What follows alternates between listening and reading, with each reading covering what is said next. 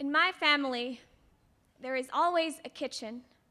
In the kitchen, there are always women, and in the women, there is always fear. Fear that this time the recipe won't work, that the man will leave his meal unfinished, that the man's stomach will find pleasure in someone else's home, that she has served him too much or not enough, that he is already too full or hungry for something else, and that it will be the woman's fault. Too much sugar or not enough, I guess. In my family, good cooking is a valued centerpiece, keeps the men close, brings them home every night.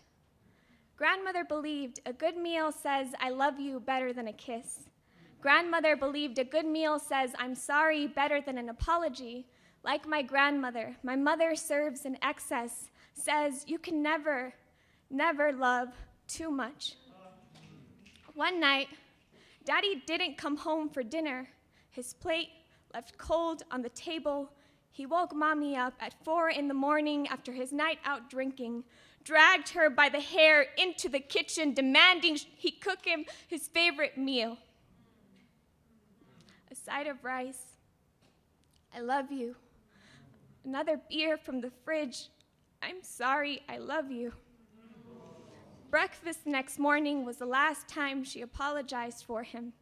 Her cooking is best, but the men in my mother's life have never stayed for seconds. They say, "The way to a man's heart is through his stomach." There is no proverb about the way to a woman's heart. The way into her is more important. 2 daughters later, and years after the divorce, my mother still cooks like there's a man in the house. She glances at the empty chair on our table and asks me more than once if I'm sure dinner tastes good tonight. I don't know how to cook.